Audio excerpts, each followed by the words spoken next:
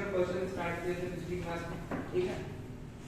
और शिक्षण कौशल में थोड़ा बहुत भारत का इतिहास बता रहे थे। और इतिहास की बात करें तो जैसे आप लोगों ने टूटा की क्लास में देखी ना, तो उसको समझ में आया वो क्या शुरू किया थी, तो उसी के आगे थोड़ा सा शुरू कर रहे हैं आज। और थोड़ा बहुत इंट्रोडक्शन है, उसके बाद जो है फिर वैदिक सभ्यता से, वैदिक काल की शिक्षा से प्रारंभ करेंगे, ठीक। इसमें वर्तमान समाज और उसके मुद्दे सबसे स्टार्ट करेंगे। तो आज आपके पास इंट्रोडक्शन क्लास हो जाएगा, उसके बाद फिर से शुरू हो जाएगा आगे का। और ये इंपॉर्टेंट है, इसमें समाज के 2 से 3 प्रश्न आपको पेपर में मिल जाएंगे। वो डीप में नहीं जाता परीक्षाओं में, सिंपल से पूछेगा आपसे, बताइए वो कौन सा आयोग था जिसने बालिकाओं के लिए सबसे पहले प्रयास किया गया, बालिका शिक्षा पर, बताइए कौन सा कमीशन था?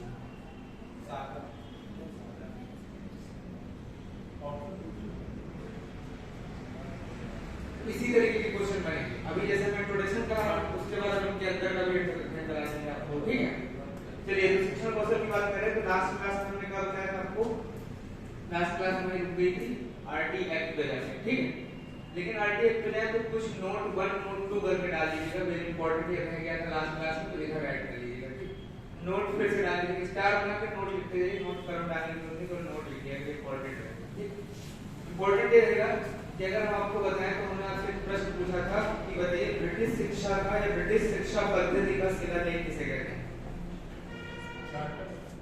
ब्रिटिश शिक्षा पद्धति का शिलालेख किसे कहा जाता है? जैसे भारतीय शिक्षा का शिलालेख किसे कहते हैं? वुड के डिस्पैच को। तो भारतीय शिक्षा का मैग्ना कार्टा किसे कहते हैं? वुड के डिस्पैच को। तो उसी तरीके से पूछा जाए ब्रिटिश शिक्षा का मैग्ना कार्टा किसे कहते हैं, ब्रिटिश शिक्षा का शिलालेख किसे कहते हैं, तो क्या बताएंगे? 1813 का चार्टर एक्ट, पहला 1813 का चार्टर, जिसमें 1 लाख रुपए देने की बात की गई।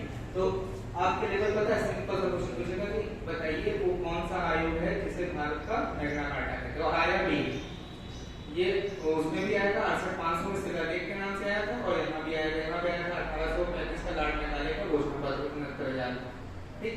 तो इतना डीप में जाने की जरूरत नहीं, लेकिन फिर भी आपको थोड़ा बहुत बताते रहेंगे भी। तो नोट 1 करने का लिखा था ब्रिटिश शिक्षा का शिलालेख, ठीक। शिलालेख को छोड़िए, तो हम आपको बताने क्या जा रहे थे, हम आपसे कर दिया।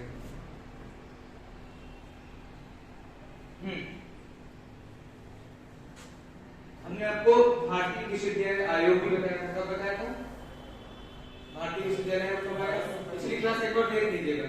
हमने सन 1901 में बताया था शिमला शिक्षा समझौता हुआ है, शिमला शिक्षा, हाँ 1902 में आयोग बना था, 1902 में आयोग का गठन हुआ था, और 1904 में क्या बन गया था, एक एक्ट बन गया था, और भारत के राष्ट्रपति में भारत में विश्वविद्यालय खोले गए। इसकी बात बता चुके हैं, इसको बताने की जरूरत नहीं, ठीक। 2 चीजें और नोट कर लीजिएगा जो इंपॉर्टेंट है। पहली तो है आपकी, छूट गई थी, पहली है आपकी 1937 का, इसको डिटेल में पढ़ेंगे। बताइए भारत में पूछा जाता है 1937 में क्या आया? बहुत इंपॉर्टेंट, बहुत ज्यादा इंपॉर्टेंट, हाँ वार्ता। इसका दूसरा नाम क्या है? उस नाम से बहुत पूछा जाता है, और आपकी किताब भी चलती है डेट में उस नाम से, बुनियादी शिक्षा, बहुत इंपॉर्टेंट है। तो पूछा जाता है बुनियादी शिक्षा भारत में कब आई? 1900।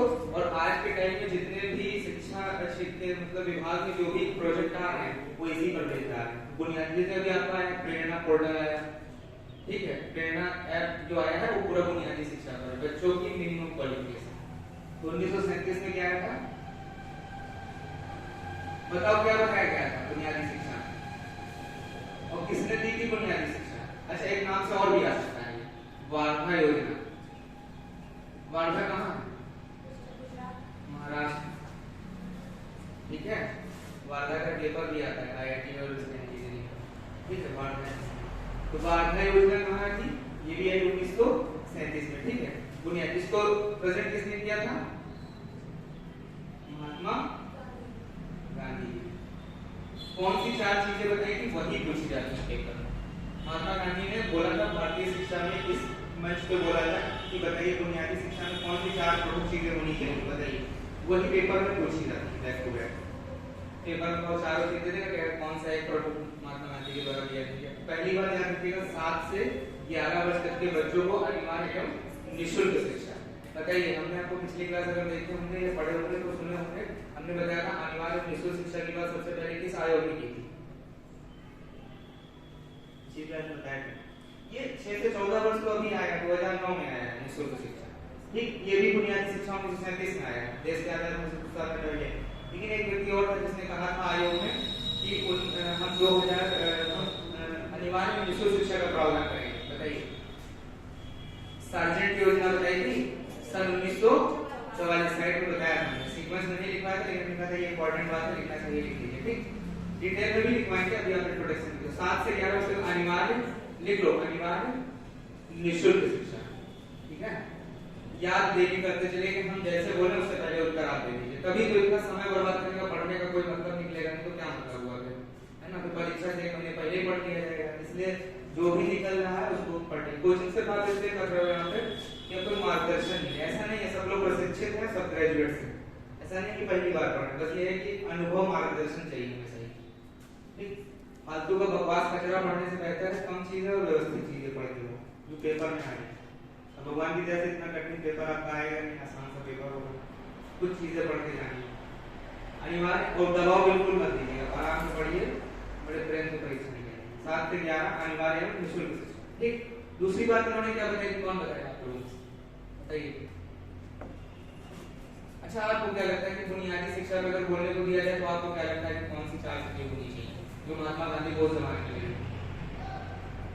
नहीं पता तो लिख दीजिए, मातृभाषा, मातृभाषा में शिक्षा होना चाहिए। ठीक है, एनसीएफ पूरा फॉलो करता है इसको।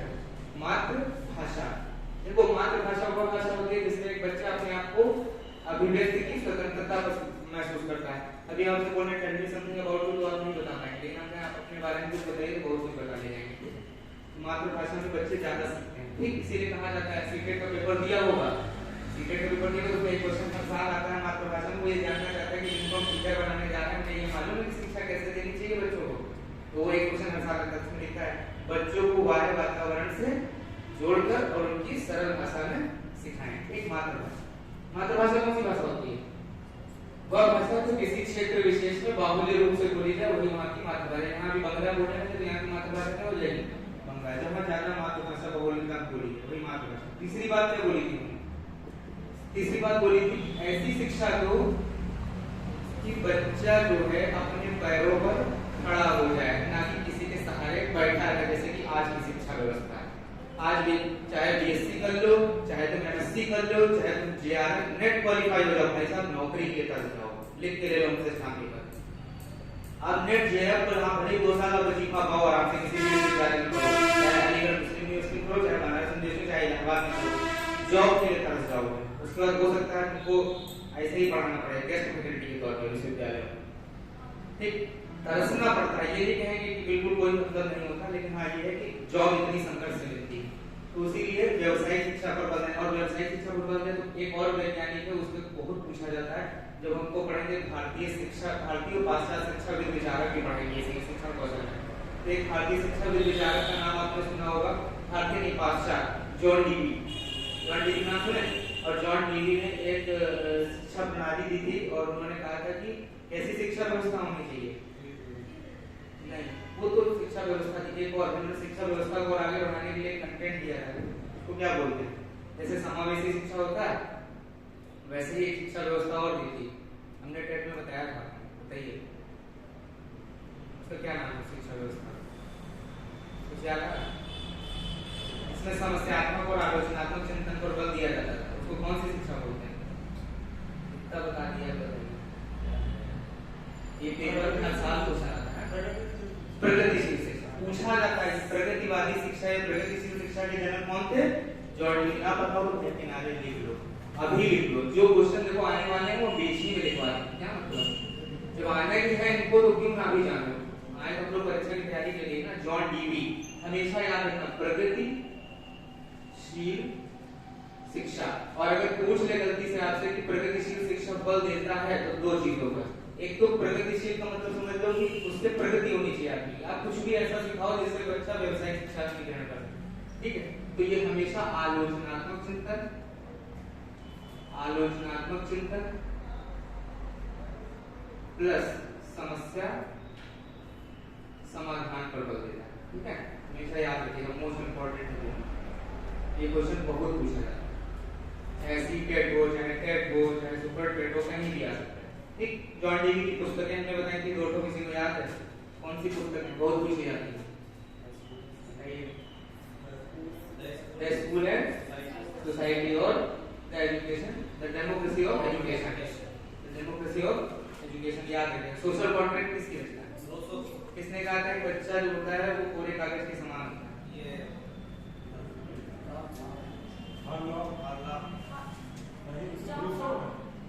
रूसो ने। किसने कहा था? किसने कहा था किसी बच्चे के द्वारा स्वयं से अर्जित किया गया उसकी स्वयं की जमा पूंजी होता है? हेलेना पार्टनर्स ने कौन सी शिक्षा प्रणाली दी थी? सीधे सीधे एक प्रणाली से दूसरे को धारित कर सुपर बताओ। डाल्टन। कौन सी प्रणाली? डाल्टन। व्यक्तिगत भिन्नता पर आधारित थी। किस पे आधारित थी? और इसी तरह इसके सीक्वेंस में पैरेलल में पूछी जाती है खेल विधि पर आधारित शिक्षण विधि पर। किंडरगार्टन। कौन सी गार्डन? किंडरगार्टन। ये भी तो व्यवस्था थी, पढ़ेंगे हम लोग पाठशाला शिक्षा विधि में किंडरगार्टन के प्रोग्राम के बारे में पढ़ेंगे। प्रोग्राम में खेल पर और ज्ञानेंद्रिय प्रशिक्षण पर है शिक्षा विधि किसने दी थी? मारिया मॉन्टेसरी ने दी। ठीक है। अच्छा अगर मान लो पूछ ले कि बताओ गाल्टन प्रणाली किसने दी? गाल्टन कोई प्रणाली नहीं तो काहे का हैरान है। गाल्टन है वैज्ञानिक है। ठीक है। चलिए जिन्होंने पर्सनैलिटी पर सबसे पहले शोध किया, व्यक्तिगत भिन्नता पर सबसे पहले बात करने वाले वैज्ञानिक कौन थे? और इनकी पुस्तक पूछी गई है क्रिटिकल जीनियस। ठीक है। चलिए मातृभाषा हो गई। अगला बताइए, अगली का देखो व्यावसायिक शिक्षा। व्यावसायिक शिक्षा पर बल दिया, व्यावसायिक शिक्षा। ठीक है। और चौथा जल्दी से लिखो, चौथा क्या था बताओ? शिक्षा हमेशा नैतिक परख होनी चाहिए, नैतिक मौलिकता भी उसको होनी चाहिए, नैतिक परख होनी चाहिए। ठीक है। नैतिकता का अभाव नहीं होना चाहिए, लेकिन आप बिल्कुल नैतिकता भूल जाइए, शिक्षा ऐसी करनी चाहिए बच्चे उससे अपने मूलभूत चीजों को समझें। ठीक है। चलिए ये बात हो गई। तो 1937 को इसको जाके एडिट कर लीजिएगा वहीं पर जहां पर हम सारा सीक्वेंस लिखा रहे थे सर में। ठीक, इसको वहीं ऐड कर लिया।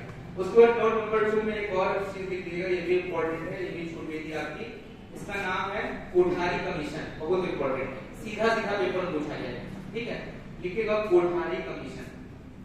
और इसको कब लिखोगे जाके? 1964 में आया था, जिसमें पहली भारतीय शिक्षा नीति लिखाई थी, एनईपी लिखवाई थी फर्स्ट 1968। लेकिन ये बोला था कि जब पेपर में पहली भारतीय शिक्षा नीति पूछा जाएगा तो कभी भी 168 मत लगाना। क्या लगाना? 1986 लगाना। उल्ट पलट करें, 1986 में भारत की पहली शिक्षा नीति आई थी, पेपर में गलत हो जाएगा। तो कोठारी कमीशन कब आया आपका? डिटेल में पढ़ेंगे कोठारी कमीशन को। ये हमेशा बताइएगा 1964 से 1966, ये दो डेट याद रखना। जैसे कि आपसे पूछ ले मान लो कि बताओ ऑपरेशन ब्लैक बोर्ड कब आया, तो कब बताओ? और पक्का बता दो, या तो ये आएगा इस बार पेपर में और या तो ऑपरेशन ब्लैक बोर्ड है, तो मिस्टेक आ जाएगा। हाँ 87। अगर पूछे कि ऑपरेशन ब्लैक बोर्ड का गठन कब हुआ तो क्या बताओगे? हाँ बहुत सही, लिखवा रहे हैं, वो भी छूट गया था, इसको भी लिखवा रहे हैं। ठीक। तो कोठारी कमीशन के नोट जाके लिख दिया कब आया था? और जो पुराने लोग हैं जिन्होंने नोट्स बनाया है वो लोग वहीं पर जाके ऐड कर लेंगे। ठीक, सन में जहां पर भी हो वहां पर जाके ऐड कर लीजिएगा। ठीक। चलिए कोठारी कमीशन हो गया। उसके बाद मुदालिया आयोग ने आपको बता ही दिया था, फिर 1952 में आया था। एक आयोग और है जैसे जिसकी परीक्षा नेट और जेआरएफ कराता है, क्या नाम बोलते हैं? विश्वविद्यालय अनुदान आयोग। लिख लीजिएगा विश्वविद्यालय, लिख लो। कब आया? कौन बताएगा? विश्वविद्यालय अनुदान आयोग का बैठवा बनाया 1956 में। कब आया? नहीं वो आयोग का गठन हुआ था। आया कब था? तो 56 बताइएगा। ठीक है। वो गठन बताया था, पहले गठन हो जाता है फिर आता है। 1953-54 में बताया था, 53 में और 54 में इसका लिखना चाहिए, लिख लो 53-54 में गठन हुआ था। अब 53 पेपर में देते तो 53 टिक कर दीजिएगा, 54 देते तो 54 टिक कर दीजिएगा। और नहीं तो अगर आपसे पूछे कि बताओ कब आया तो 1956। ठीक, 1956 लिख लीजिएगा। आयोग का आयोग आपका आ गया। ठीक, विश्वविद्यालय जिसको हम लोग नेट बोलते हैं, नेट का पेपर होता है ना, नेट और जेआरएफ। आज भी कराते हैं। सीटेट को पहले ठेका मिला था, सीटेट का पेपर कराने का ठेका इनको मिला था। इन्होंने कहा बहुत ज्यादा वर्कलोड है, हम नेट भी कराएं पूरे देश में और सीटेट भी कराएं, अकेले हम ही बचे क्या, तब बदल दिया गया, यही करा रहे थे। और इसलिए बीच में भी नेट तैयार है तो पेपर लोग ऐसे, क्योंकि सीटेट का पेपर और जो नेट का पेपर बनता है बिल्कुल सेम टू सेम उन्हीं के पैटर्न पे बनाते हैं, एजुकेशन से जोड़ अच्छा पेपर बनाते हैं, बीच में अच्छे पेपर आते हैं। ये हो गया। उसके बाद हमने आपको 1986 की राष्ट्रीय शिक्षा नीति बताई थी और हमने बताया कि राष्ट्रीय शिक्षा नीति डिटेल में पढ़ेंगे, लेकिन इसमें जो समस्याएं आई थी उन्हीं के निदान को ले गए कि हमारे देश में प्रशिक्षित टीचर नहीं है तो बोला गया डाइट बोल दो। डाइट का प्रसारण डाइट कटिंग किसमें कहा कि शिक्षा नीति में किया गया था, 1986 की शिक्षा नीति। ठीक है, जगह है, स्कूल है, बच्चे नहीं, बच्चे हैं, बोर्ड नहीं, बोर्ड है, टीचर नहीं, टीचर है तो टेस्टर नहीं, टेस्टर है तो ये नहीं, और शहरी शिक्षा अलग है, ग्रामीण शिक्षा अलग है, गांव के बच्चे को शिक्षा ही नहीं मिलती, ना टीचर मिलता है, ना स्कूल मिलता है, ना टीचर, ना संसाधन मिलते हैं। शहर के बच्चे को तो मिल जाता है। इसके लिए एकरूपता के लिए क्या निर्णय लिया गया था कि हम सभी को एक ही शिक्षा का स्वरूप प्रदान करेंगे। ठीक है, तो उस स्वरूप के लिए आयोग लाया गया, एक प्रोजेक्ट लाया गया जिसको हम लोग बोलते हैं ऑपरेशन, इसको भी ऑपरेशन ब्लैक बोर्ड, इसको भी लिखिए, बहुत इंपॉर्टेंट। तो ऑपरेशन ब्लैक बोर्ड का उद्देश्य पूछा जाता है, तो उद्देश्य सीधा से याद रखिएगा, शिक्षा में एकरूपता और समरूपता। क्या लाना, अगर शहर का बच्चा भी बढ़िया बेंच पे बैठ के पढ़ रहा है, वो बोर्ड पे पढ़ रहा है, तो गांव के बच्चे का भी नदी के पार अधिकार है बोर्ड और टीचर से पढ़ने का। अगर नहीं पढ़ पाए तो शिक्षा में समरूपता ना एकरूपता कुछ नहीं। ठीक, एकरूपता और समरूपता लाने के लिए क्या किया गया था, ऑपरेशन ब्लैक बोर्ड का गठन किया गया था। कब किया गया था ये बहुत पूछा जाता है, 1986। मैक्सिमम चीजें हम आपको यहीं बटोर दे रहे हैं और बहुत से टॉपिक ऐसे हैं जिनको हम डिटेल में पढ़ेंगे। ये भी पूछता है कि ऑपरेशन ब्लैक बोर्ड का गठन कब हुआ, तो 1986 का माना 87 का लागू हुआ। ठीक है, बोलेगा लागू कब हुआ तो बताना 87 और 88। ठीक है, 1987 और 88 में इसको लागू कर दिया। ठीक, चलिए ये भी हो गया की बात। ठीक, चलिए शिक्षा की बात कर रहे हैं तो शिक्षा में एक चीज और आपको बतानी थी, इसके पैरेलल में एक चीज और घटित हो रही थी। जैसे हम बुनियादी, जैसे हम आपको वैदिक कालीन सभ्यता पढ़ाएंगे ना, तो वैदिक शिक्षा में गुरुकुल भी पढ़ाएंगे और साथ साथ पैरेलल में आपको बौद्ध कालीन शिक्षा भी बताएंगे, क्योंकि वैदिक काल में बौद्ध कालीन शिक्षा और वैदिक शिक्षा एक साथ चल सकती है। ठीक है, तो उसका हम जब बराबर करें तो ऐसे ही इसमें भी हम अपने तरीके से हम कवर करने की कोशिश करेंगे। जैसे कि हमने आपको बताया था 1784 में आपको बताया था हमने क्या आया था, एशियाटिक सोसाइटी का गठन हुआ था। किसने किया था एशियाटिक सोसाइटी की स्थापना? पहले तो बहुत क्यों आई थी एशियाटिक सोसाइटी? हाँ, एशियाटिक सोसाइटी क्यों आई थी? सभी धार्मिक ग्रंथ और उनका क्या करना था, ट्रांसलेशन करना था इंग्लिश में से, अच्छी चीजों को बाहर दबा देना था, बुरी चीजों को एक किताब में क्रमबद्ध करके भारतीयों को बढ़ाना था। मेन उद्देश्य उनका ये था। और दूसरी चीज भाई जानकारी इसलिए तो बढ़ाना चाहते थे कि हम बुरी चीजों को फॉर्मल में यहाँ पे देहात में समाज में ये होता है वो होता है। तो इसी की वजह से जब हमारे देश में फूड डालने का काम में एशियाटिक सोसाइटी का धर्म ग्रंथों का क्या कन्वर्जन किया गया। ठीक, और इसको लीड किसने किया था? William Jones. किसने किया था? William Jones. और साथ में कौन थे? विल्किंस, दोनों लोग थे। ठीक, चलिए ये डिटेल्स में बता सकते कोई। अब जब ये बात की गई तो आपको पता होगा उसी समय में हमारे भारत में भी कुछ लोग बहुत टारगेट वाले मतलब बहुत पढ़े लिखे लोग। ठीक, जिसमें से एक आपके समाज सुधारक का नाम आपने सुना होगा, बताइए किसे कहा जाता है? भारतीय समाज सुधारक का अग्रदूत। भारतीय समाज सुधारक अग्रदूत किस नाम से किसको बुलाया जाता है? ऑप्शन दे रहे हैं, दयानंद सरस्वती, ईश्वरचंद्र विद्यासागर, राजा राममोहन राय, स्वामी विवेकानंद। कंफर्म? चलिए बिल्कुल। अगर पूछा जाए भारतीय समाज सुधारक का नक्षत्र किसे कहा जाता है, तो भी राजा राममोहन राय। ठीक है, भारतीय शिक्षा का अग्रदूत किसे कहा जाता है, तो भी राजा राममोहन राय। ठीक है, क्योंकि शिक्षा पर बात करने वाले ये हुआ क्या था, तो 1784 में जब ये हुआ और उसके बाद मैंने बताया था पहले में आपको कि 1813 में चार्टर एक्ट भी आया। ठीक, उसको 1 लाख रुपए की बात की। ठीक है, और जब ये सब चल रहा था तो इसी टाइम एक व्यक्ति खड़ा हुआ जिसका नाम था, लिख लो, राजा राम। एक क्वेश्चन हर पेपर में देने की प्रबल संभावना रखते हैं ये व्यक्ति, चाहे जीएस दे लेना, किसी भी दुनिया में कभी भी हम कहते आईएएस तक की बैठोगे ना तब भी एक क्वेश्चन आने की प्रबल संभावना है, ठीक है, क्योंकि ऐसे व्यक्तित्व थे महाराजा राम मोहन राय, ठीक। और हम छोड़ेंगे कुछ नहीं, जो भी इसमें इंपॉर्टेंट सब बता दें ताकि जब बाबा मरे सपोज होंगे जब समाज सुधार पढ़ोगे तो पढ़ोगे उससे पहले आपको बता दिया क्या चाहिए, ठीक है, क्योंकि जहां पढ़ो उसको क्रमबद्ध लपेटते चलो ज्यादा। तो राजा राम मोहन राय की अगर बात करें तो राजा राम मोहन राय बहुत ही बड़ी महान शख्सियत थी, ठीक है। इनके कुछ नाम तो आप बच्चा का रिश्ता वाला भी जानता है, जैसे ब्रह्म समाज की, ठीक। अच्छा, राजा राम मोहन राय की बात करें तो राजा राम मोहन राय ने देखा कि अंग्रेज इस तरह का काम कर रहे हैं, हमारे धन ग्रंथों में से अच्छी चीजों को दबा रहे हैं, पूरी चीजों को उठा रहे हैं और उनको 18 लाख रुपए भी दे रहे हैं, उसमें भी विवाद कर रहे हैं, तो इनका मन बहुत हुआ। और दूसरी चीज राजा राम मोहन राय बहुत विद्वान आदमी है, इसमें कोई डाउट नहीं, ठीक। दूसरी चीज ये बंगाल के थे तो बंगला में इनको बहुत जबरदस्त आती है, मातृभाषा थी, ठीक। दूसरी चीज इनके कैरेक्टर निकले क्यों निकले, इनको फारसी का भी बहुत जबरदस्त ज्ञान था और साथ में अरबी भी बहुत अच्छी थी, 3-4 भाषाएं इनकी बिल्कुल उंगलियों में जानती थी और उसके बाद अंग्रेजी और मैंने कौन-कौन सी भाषाओं का इनको रिजर्व कर दिया, ठीक। तो इतने महान व्यक्ति थे तभी तो भाषाओं का ज्ञान है, और जिसको भाषाओं का ज्ञान होगा उसके लिए ज्ञान की कोई कमी है क्या, किसी भी ग्रंथ को पढ़कर अपना ज्ञान प्राप्त कर सकते हैं, ठीक। हम लोग क्या हम लोग को कहते हैं कि अभी कोई चीज पढ़ो कुरान पढ़ो तो हम लोग पढ़ पाएंगे, अभी नहीं पढ़ पाएंगे, कन्वर्जन नहीं पढ़ सकते, इसी तरह इनको ज्ञान बहुत था।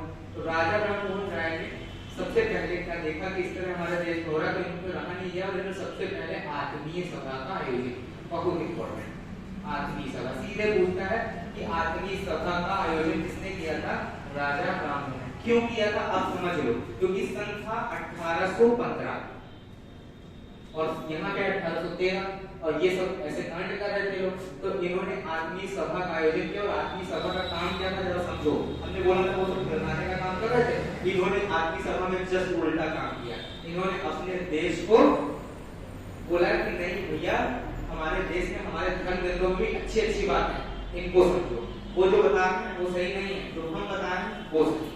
तो इन्होंने इनके अपोज में आत्मीय सभा को दी, जिसमें ग्रुप आयोजना बनाई गई, उसमें लोगों को जागरूक किया गया हमारे धर्म ग्रंथों में ये चीजें अच्छी चीजें, ठीक। दूसरी चीज राजा राम मोहन राय स्टार बना के लिख लो, इन्हें भारतीय शिक्षा का क्या कहते हैं, भारतीय शिक्षा का अग्रदूत कहते हैं, ठीक है। और कुछ लोग भारतीय शिक्षा का नक्षत्र भी कहते हैं, ठीक है।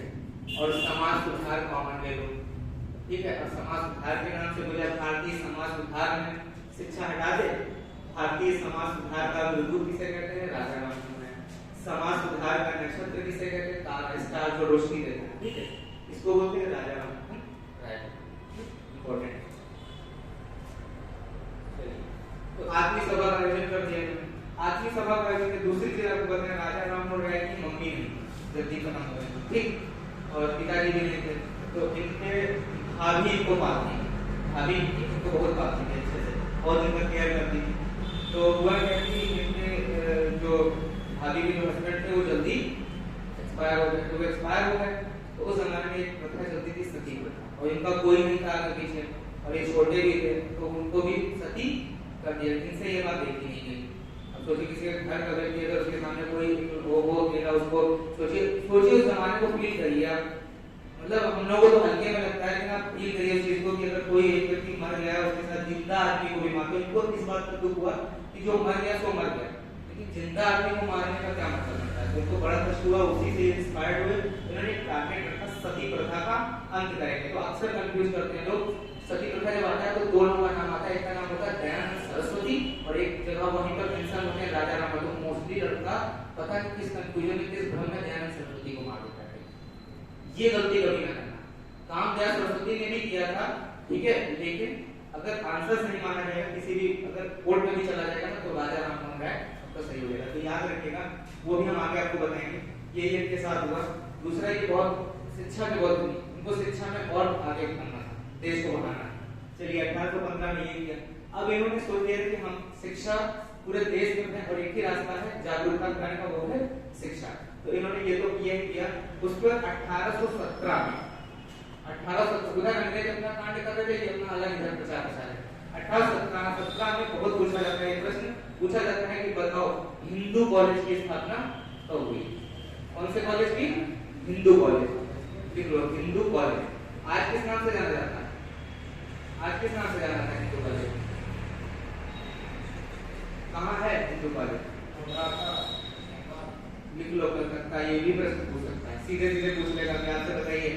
1817 में क्या हुआ, कलकत्ता में हिंदू कॉलेज की स्थापना किसने की थी? वेदांत दर्शन की स्थापना किसने की थी? वेदांत दर्शन विवेकानंद। ठीक है, चलिए हिंदू कॉलेज। अच्छा बताओ, एक समाज और था, जैसे इनका समाज पढ़ोगे ब्रह्म समाज, और एक समाज पढ़ोगे आगे चल के आप लोग आर्य समाज। वो जब हम समाज सुधार और आंदोलन पढ़ेंगे तब पढ़ेंगे। देखो शिक्षा की बात करें, शिक्षा में इनका काम था इसलिए हम इनका नाम ले आए, नहीं तो हमें राजा राममोहन बोलने की जरूरत नहीं, इनको समाज आंदोलन और समाज सुधार नहीं पढ़ाते। लेकिन यहाँ पर लाने का सिर्फ उद्देश्य क्योंकि इसमें इन्होंने शिक्षा के बारे में बहुत बात किया। जब इस तरीके का माहौल था सब ये शिक्षा पे ये सब है, तो इंपॉर्टेंट शख्स है। ठीक है, तो हिंदू कॉलेज की स्थापना किसने की थी? राजा राममोहन ने कहा की थी? कलकत्ता। हिंदू कॉलेज का आज जो प्रेजेंट में नाम है प्रेसिडेंसी कॉलेज, ठीक, बहुत फेमस है। कहाँ है? कलकत्ता। लिख लो प्रेसिडेंसी, प्रेसिडेंसी कॉलेज। नाम सुने होंगे प्रेसिडेंसी, सुने होंगे कलकत्ता प्रेसिडेंसी कॉलेज। ठीक है, प्रेसिडेंसी कॉलेज के नाम से जाना जाता है और इसकी स्थापना की थी राजा राममोहन राय। ठीक, इसमें अंग्रेज जी का, ठीक है, उसका भी योगदान था, लेकिन हिंदी ही पूछा। 1817 इंपॉर्टेंट हो गया, 1815 इंपॉर्टेंट। अगला जो सन है वो और ज्यादा इंपॉर्टेंट है, सन था 1822 का। 1822 ये भी क्रमबद्ध चल रहा है। ठीक, 1822 का क्रम और इंपॉर्टेंट है। इसमें क्या हुआ था? इसमें इन्होंने एंग्लो इंडियन स्कूल खोले। कौन से स्कूल खोले? लेकिन सुनो, अगर तुमसे पूछा जाए कि एंग्लो इंडियन स्कूल के संस्थापक कौन, इन्हें मत बताना, तब बताना किसको?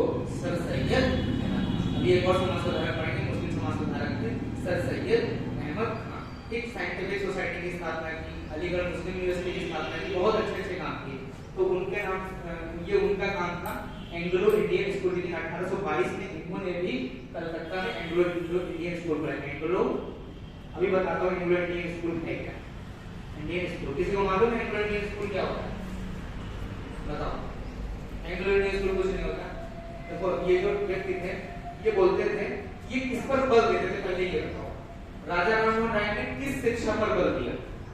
तो हमेशा याद रखना आधुनिक शिक्षा। कौन सी शिक्षा देना चाहते थे ये? आधुनिक शिक्षा, या फिर लिख लो पाश्चात्य शिक्षा। पाश्चात्य शिक्षा पूरी नहीं देना चाहते थे, ये कहते थे कि पाश्चात्य शिक्षा को भी हम भारतीयों पर एडिट किया जाए, हमको भी सभ्यता दी है। पाश्चात्य शिक्षा, पाश्चात्य शिक्षा पर बल देते, सभ्यता पे नहीं, पाश्चात्य शिक्षा। ठीक है, पाश्चात्य शिक्षा, आधुनिक शिक्षा। फिर हमारे देश का विकास आधुनिक शिक्षा और पाश्चात्य शिक्षा को जोड़कर ही हो सकता है। तो बेसिकली आधुनिक शिक्षा पर ही ये बल देते थे। ठीक, तो इन्होंने कहा इसलिए एंग्लो इंडियन स्कूल खोलने का प्रयास किया जिसमें हम लोग पाश्चात्य शिक्षा भी ग्रहण करें और भारतीय शिक्षा भी। ठीक है, चलिए। अच्छा बताइए वो कौन सा समाज था जिस, अच्छा बताओ अगर पूछा जाए कि आर्य समाज का नारा क्या था तो क्या बताओ? आर्य समाज के संस्थापक कौन है? दयानंद तो पढ़े हो गए, तो पेपर में लोग पढ़ के आए, ऐसा नहीं कि नहीं पढ़े। ठीक है, तो बताओ आर्य समाज का नारा ये किसने कहा? नहीं विवेकानंद ने नहीं कहा, दयानंद सरस्वती ने भी नहीं कहा। हमने नारा पूछा, कहा नहीं। कहना अलग बात होती है, नारा अलग बात होती है। जो नारा था, ठीक है, भारत भारत के लिए, भारत भारत के लिए, ये आर्य समाज का नारा था। और जो उनका पर्सनल थॉट था दयानंद सरस्वती का, वो था वेदों की ओर लौटो। उल्टा था, ये कहते थे आधुनिक शिक्षा पर बल दो, वो कहते थे प्राचीन शिक्षा दो, वैदिक शिक्षा दो, पुरानी शिक्षा दो। ये कहते थे देश को आगे बढ़ाओ अंग्रेजों के साथ, वो अपना पुरानी। सबकी अपनी विचारधारा, अपने जब पढ़ने की ध्यान सोचे तब बताएंगे, हमेशा याद रखना क्या है नारा? भारत भारत के लिए। और उनका थॉट क्या था? वेदों की ओर लौटो। किसने कहा था? Dayanand Saraswati. Anglo Indian school की स्थापना की और किसने किया? समझ गए एंग्लो इंडियन स्कूल? चलिए, उसके बाद अगला काम इन्होंने एक और महत्वपूर्ण किया जिसका काम था, वो काम था 1825। ठीक है, कहीं कहीं 1825 लिखा है, कहीं कहीं 26। ठीक है, तो आप मोस्टली 1825 में ही फोकस करना। ठीक है, 1825। लेकिन अगर आप जो बुक सर्च मतलब इसको मोस्टली जो है ये आता 1825 के नाम से, लेकिन कहीं कहीं कभी-कभी 1826 लिखा जाता है।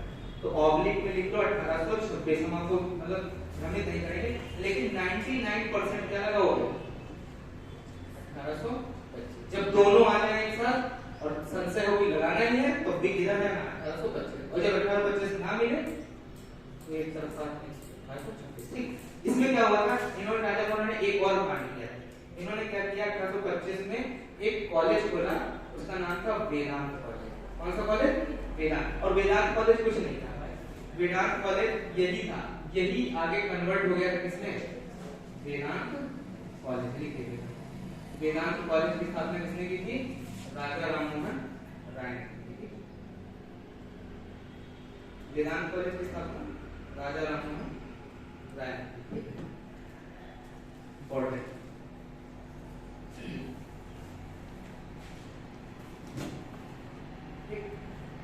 अच्छा सुनिए, नोट डाल के लिख लीजिएगा, राजा राममोहन राय के दो पत्र बहुत फेमस है, हो सकता है प्रिंसिपल आपसे पूछे, शिक्षा से संबंधित।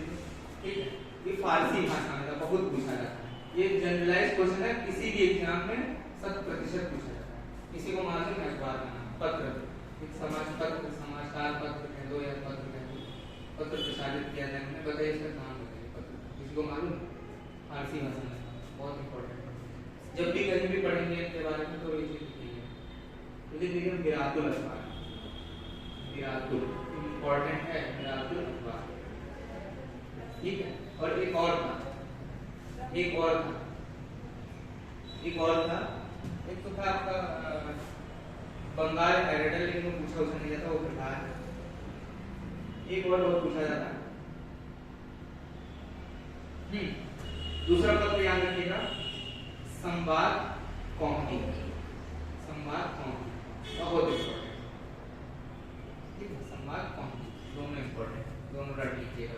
तो जो परीक्षा ओरिएंटेड पढ़ाएंगे हम आपको, दुनिया का ज्ञान थ्योरी नहीं दिखाते ज्यादा, इसी तरह हम पढ़ाएंगे, कोई दिक्कत तो नहीं पढ़ने में। इंपॉर्टेंट चीज पढ़िए, क्या मतलब थ्योरी पौधा लिखने का, कि भाषा लिखवाएं, भाषा में राजा राममोहन डलवा के हिंदी में। जीएस की क्लास में, भूगोल की क्लास में आने बच्चे भाई साहब बताएं इंतजार करते हैं कि थ्योरी लिखवाएं, चित्र से पूरा समझा डालो, लेकिन भाई साहब उनका पेन नहीं चलता, कुछ तो लिखा करते हैं। 23.5 डिग्री पर ये रेखा होती है, ठंडा किचन कभी शांति मिलेगी। अरे सीधा सीधा चित्र बनाओ, एरो मारो, लिखो, स्मार्ट स्टडी करो, अभी भी ब्राउन शिक्षा चल रही है। ठीक, तो ऐसा नहीं करिएगा, थोड़ा सा चेंज करिएगा। ठीक है, वेदांत हो गया, 1822 इंपॉर्टेंट, 1825 इंपॉर्टेंट। ठीक, अब 1800 आ जाइए, बहुत इंपॉर्टेंट डेट है 1828, मोस्ट इंपॉर्टेंट 1828। दुनिया में रिक्शा वाला भी जानता है बाहर। ठीक है, किसी से पूछ लो जाके, चिल्ला के बताओ ब्रह्म समाज की स्थापना किसने की? देखो ब्रह्म समाज, ब्रह्म समाज के संस्थापक कौन थे? राजा राममोहन। सबसे इंपॉर्टेंट नाम है इनका, और आपकी परीक्षा के लिए यही क्वेश्चन इस बार आ रहा है, सुपरटेट सीधा पूछा जाएगा। एक नंबर का क्वेश्चन आ रहा है, चाहे जीएस में की जगह बना लेगा और चाहे शिक्षा में भी चार बना लेगा। ठीक है, ब्रह्म समाज की स्थापना किसने की थी? राजा। आज पढ़ रहे हो, आज के बाद दोबारा राजा राममोहन राय में पढ़ना पड़ेगा। ठीक है, समय की ये वैल्यूएशन होती है। आज आपने पढ़ लिया तो इसका मतलब ये नहीं है कि बस पढ़ लिया, बाकी नोट हो गया, काम जय जयकार। आज का मतलब आज और अंतिम बात, बस तब तो कोई मतलब है, नहीं तो कोई मतलब नहीं है। फिर तो किताबों में नहीं लिखा हुआ है, हजारों यूट्यूब लोग पढ़ाने से यही तो कोई अपना ज्ञान थोड़ी सकता, यही हुआ चीजें फैक्ट बताया जाता है। तो आपका काम है स्व अधिगम, और परीक्षा आपकी सुपरटेट तभी निकलेगी जब आप स्व अधिगम करेंगे। ठीक है, तो इसको विशेष ध्यान देंगे, स्व अधिगम बहुत अनिवार्य है। 1822 की बात करें तो ब्रह्म समाज की स्थापना हुई थी। वेरी वेरी इंपॉर्टेंट है। मतलब ब्रह्म समाज का काम क्या था, कौन बताएगा? बताइए, ब्रह्म समाज का काम क्या था? ब्रह्म समाज का सिर्फ एक ही काम था, आधुनिक शिक्षा देना। सिर्फ एक काम था, क्या काम था? आधुनिक शिक्षा पर ये समाज ही एक काम था, बस शिक्षा दो, शिक्षा दो, शिक्षा दो। इसीलिए बिल्कुल लेके आए हैं ना शिक्षा में, निकाले जाते हैं। ठीक है, तो लिख लीजिएगा, बहुत इंपॉर्टेंट है। ब्रह्म समाज का उद्देश्य क्या था? आधुनिक शिक्षा पर बल देना, बस आधुनिक शिक्षा पर। अच्छा, पूछे ईसाई मिशनरी भारत में कब आए, तो क्या बताओ? 1813। कब आए थे? 1813। ठीक, भारतीय शिक्षा का वो किसे कहते हैं? इन्हें हदूद कहते हैं। तो भारतीय शिक्षा का जन्मदाता किसे कहते हैं? इसी क्लास में बताइए, छोटी छोटी चीजें हैं, नहीं याद करेंगे ना तो नोट्स बन की किताब तैयार हो जाएगी छोटी। बताइए, भारतीय शिक्षा का जन्मदाता किसे कहते हैं? चार्ल्स ग्रांट को कहते हैं, चार्ल्स ग्रांट। और भारतीय विषयक ज्ञान का जन्मदाता किसे कहते हैं? भारतीय विषय ज्ञान का जनता था, बताया था विलियम, क्योंकि भारतीय धर्म ग्रंथों का अध्ययन करता था, इसलिए ज्ञान का जनता था। वो चलिए 1800 उसका अगला सेट आ गया 1829, बहुत इंपॉर्टेंट है, ये भी बहुत ज्यादा इंपॉर्टेंट है। 1829 की बात करें तो ज्यादा इंपॉर्टेंट होगा। 1829 में क्या हुआ था? नहीं, सारदा एक्ट तो अलग चीज है, इन्होंने क्या किया था वो तो 1947 में होता है। हाँ लिख लो 1829, मोस्ट इंपॉर्टेंट, सती प्रथा का अंत हुआ था। सती प्रथा का अंत हुआ था पूरी तरीके से, ठीक है। और सती प्रथा का अंत किसने किया था?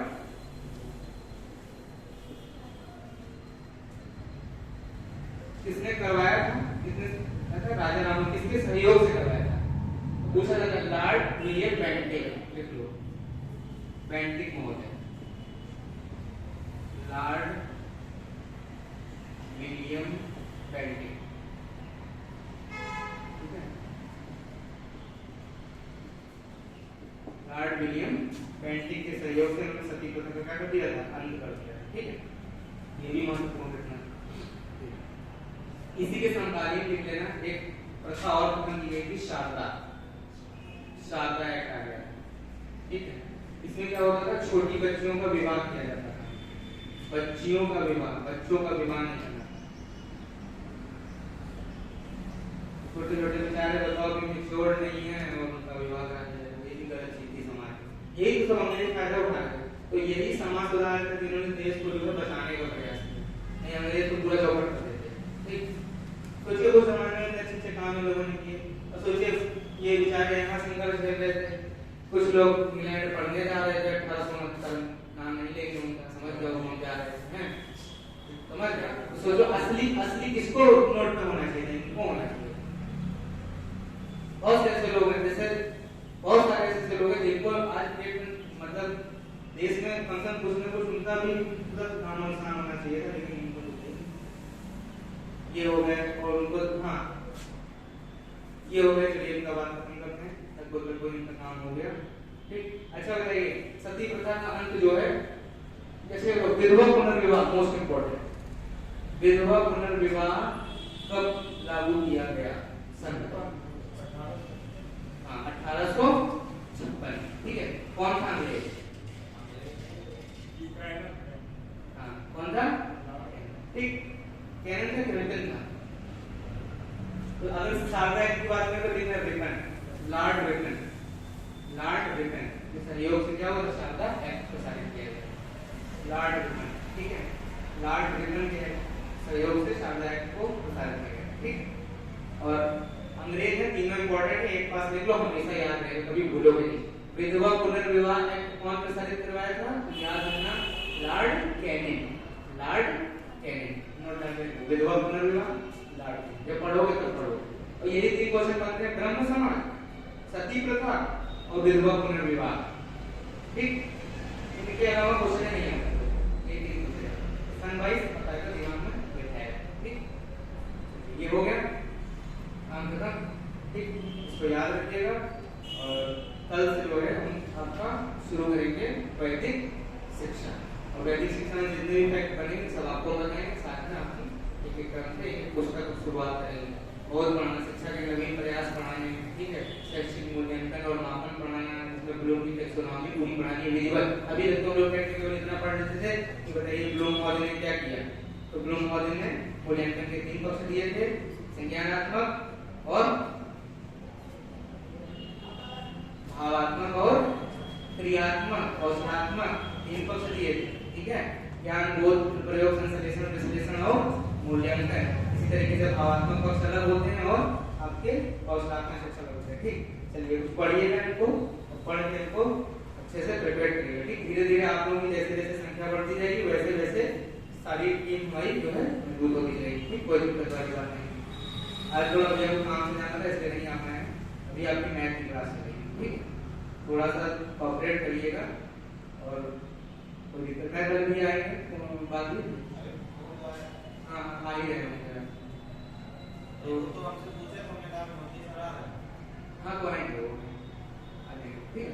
चलिए ये हो गया, क्लियर। चलिए पुराना कुछ आपसे पूछ लेते हैं थोड़ा सा, देखिए कुछ याद है कि हाँ। चलो बताओ, सबसे इम्पोर्टेंट बताइए कि वो कौन सा वैज्ञानिक था जिसने ये बताया था कि शिक्षा जो होती है वो समग्र तरीके से समुद्रवाद पर आधारित होनी चाहिए। बताइए शिक्षा का समग्रीकरण होना चाहिए। गेस्टार्टवाद। कौन सा बात? गेस्टार्टवाद। ठीक है। अच्छा बताइए वो कौन सा वैज्ञानिक था जिसने कहा था कि एक अध्यापक को बच्चों का अध्ययन अधोभाग करना चाहिए? रूसो ने। किसने कहा था? रूसो। ठीक। विकास के फलस्वरूप ही बच्चों में नवीन योग्यताएं, नवीन क्षमताएं प्रकट होती है। किसने कहा? ठीक है। अभिप्रेरणा सीखने का राजमार्ग है। किसने कहा? स्किनर ने कहा। व्यक्तित्व किसी व्यक्ति की मनोवैज्ञानिक दशाओं का संगठन है जो उसे समाज में समायोजित करने की क्षमता प्रदान करता है। किस मनोवैज्ञानिक ने?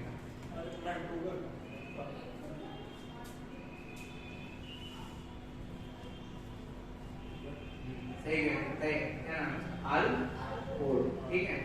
आल्पोर्ट की परिभाषा बहुत महत्वपूर्ण है, याद रखिए। चलिए आज इतना ही रखते हैं, ठीक। फिर बाकी जो है कल कंटिन्यू करेंगे। क्या होता है? अच्छा अच्छा।